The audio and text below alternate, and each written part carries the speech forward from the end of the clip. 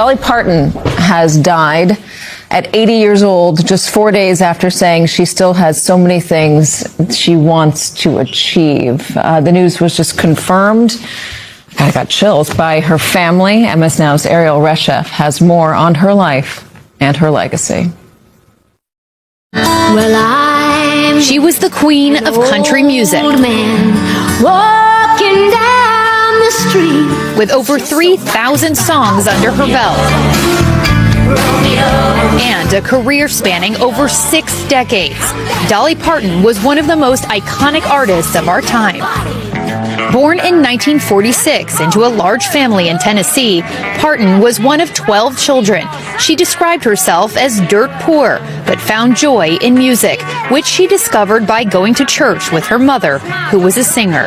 By age 13, Parton appeared at the Grand Ole Opry. She moved to Nashville after high school to pursue a career in music and met her husband, Carl Dean, outside a laundromat the day after she arrived. Just 3 years later, she released her first #1 single.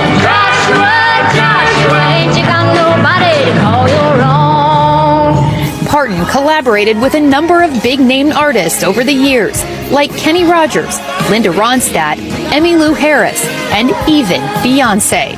She also worked with her goddaughter, Miley Cyrus. One of her most popular songs of all times was the ballad, I Will Always Love You.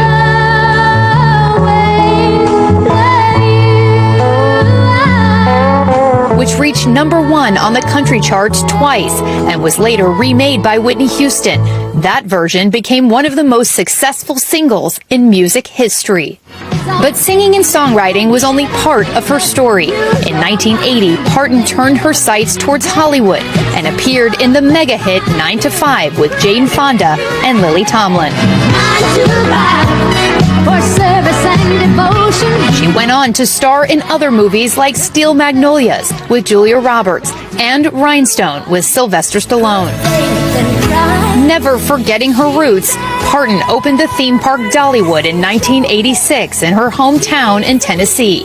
The park continues to bring big business to the area, with over 3 million visitors each year. And although she never had kids of her own, much of Dolly Parton's philanthropy work was focused on helping children. She started the Dollywood Foundation, a literacy program that sends out 2 million books to children globally every month. At the start of the COVID-19 pandemic, Parton donated $1 million to Vanderbilt University Medical Center to help with the development of the Moderna vaccine.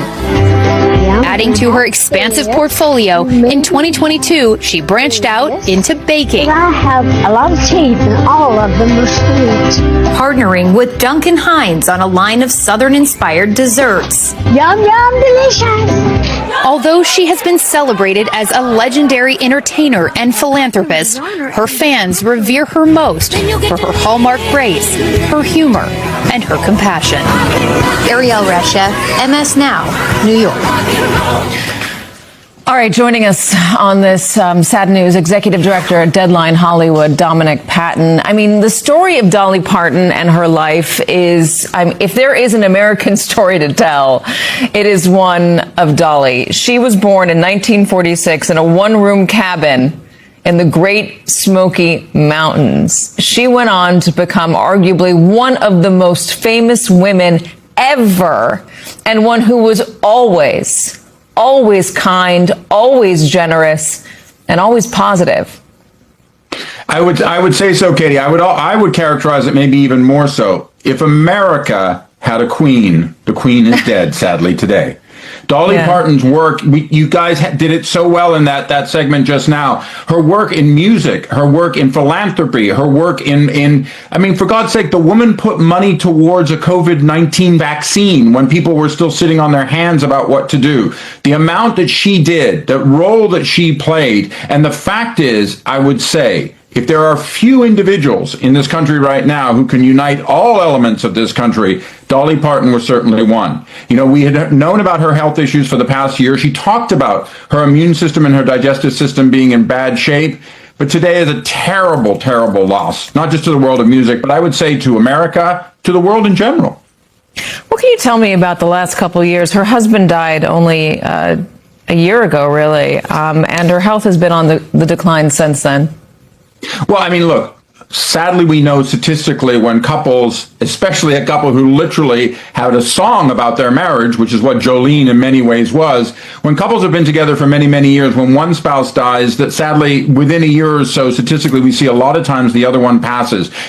We know how many people die of cancer in America. We know how many people die of car crashes. Do we really know how many people die of heartbreak? But I think we have seen she was touring and going to tour. She was, just as recently as a couple of years ago, as again, you guys mentioned in the segment, she was doing songs with Beyonce. And, she's an icon. But the past year has definitely been rough for her. And we've definitely seen a lot of warning signs that there was a decline occurring. I think it was just yesterday that she made an announcement that she was working on a interactive version of herself that would allow her to essentially, I guess, live forever. My husband interviewed her a few years back and had a great time with her. He asked her what he wanted or what she wanted people to say about her in 100 years. And her response was, I want them to say, you look great for your age. Yeah, well, she did. She does. She always will. I mean, the thing is, I know for years she worried that people didn't take her seriously for the great songwriter she is. Let's remember, Whitney Houston's biggest hit, Dolly Parton song. Islands in the Stream, Dolly Parton. The White Stripes cover of Jolene, almost as good as Dolly's version of Jolene, and on and on and on and on. And of course, 9 to 5, which is an iconic song, not just for the movie, but also for generations. I have an 8-year-old who loves that song and sings it all the time. So I think in many ways, when she talked about the future, she was always looking towards it. Dollywood she was branding up before people even knew what the word branding was for performers of her type. Dollywood has been on the cusp of technological innovations. I believe there was something like a hologram exhibition there a few years back, so that might be what she was leaning into in this. We've seen other performers do this. Kiss, ABBA, they have also used holograms to basically be on a perpetual tour and never really die. But I think the difference between Dolly Parton digitally and Dolly Parton real life will always be a big stretch. So a family member has just released an announcement about her life and her death. I believe this is her nephew. Let's play it. Yeah.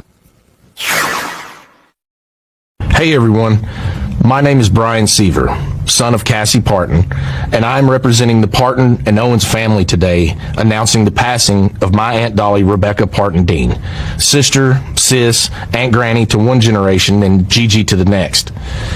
This video announcement is something Dolly asked of me years ago, before I fully absorbed it as a future reality. As her head of security for more than 2 decades, a role my father Larry held before me, I have imagined the heaviness of this moment, but haven't truly felt it until now. It is an honor that is mixed with absolute pride and great sadness.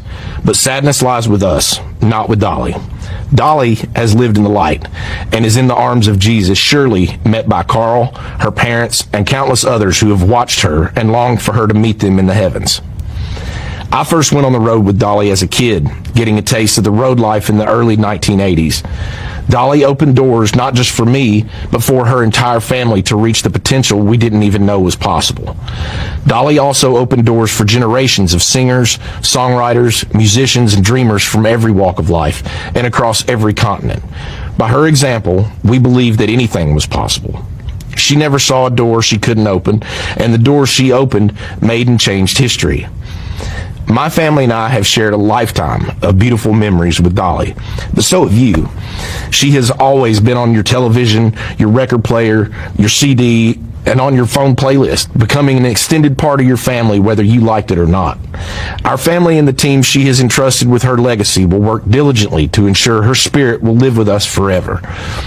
Dolly was a farmer, just like her daddy. He farmed the soil, she farmed songs and happiness. Dolly called me and said she wants to rest in a beautiful bed of plush cotton because after a life wearing heavy rhinestones, she finally deserves to be comfortable and have some rest. Rest in peace, Aunt Dolly, Aunt Granny.